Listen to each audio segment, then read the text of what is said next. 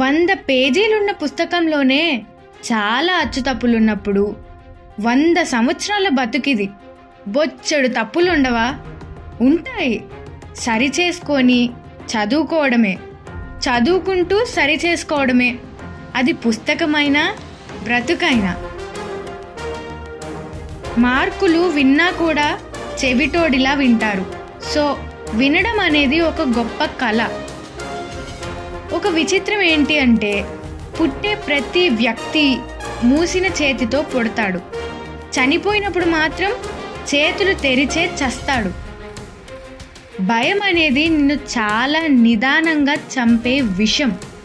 దాని గురించి ఎక్కువగా ఆలోచిస్తే నిన్ను మెల్లగా స్వాధీనం చేసుకొని చంపేస్తుంది.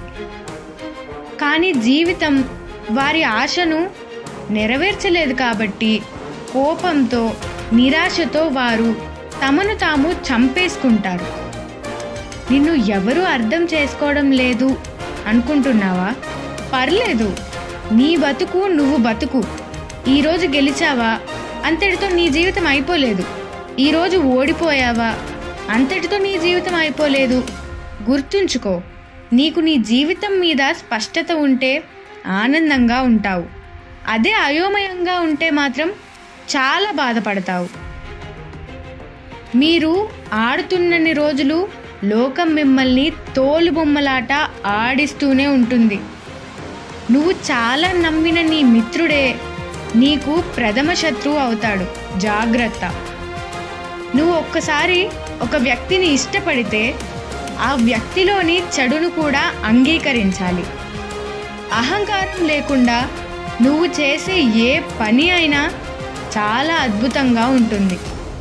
మీరు తెలివైన వారు, కాకపోతే ఎక్కువ జ్ఞానం కూడా ప్రమాదమే. ఆహారం లేకపోతే శరీరం బలహీనమవుతుంది. ప్రేమ లేకపోతే మనసు బలహీనమవుతుంది. జీవిత రహస్యాలు చాలా సాధారణంగా ఉంటాయి. మన మనసు ఎక్కువగా ఆలోచించి గందరగోళంగా చేస్తుంది.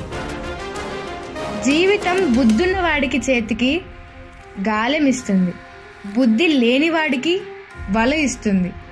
నమ్మకంగా ఉండండి. ఏదైతే నీకు రావాల్సి ఉందో అది తప్పక వస్తుంది. పురుషుడు నీ దగ్గర ఏదైనా కావాల్సి ఉన్నప్పుడే నిజమైన ప్రేమ కలిగి ఉంటాడు. మిగతా సమయంలో ప్రేమిస్తున్నట్లు నటిస్తాడు. ఈరోజు నీకు బాగుందా? మరి రేపటి గురించి ఆలోచించి ఎందుకు చింతిస్తున్నావు? ఏ స్త్రీ అయినా అందంగా ఉంటేనే ప్రేమిస్తారు, పెళ్లి చేసుకుంటారు.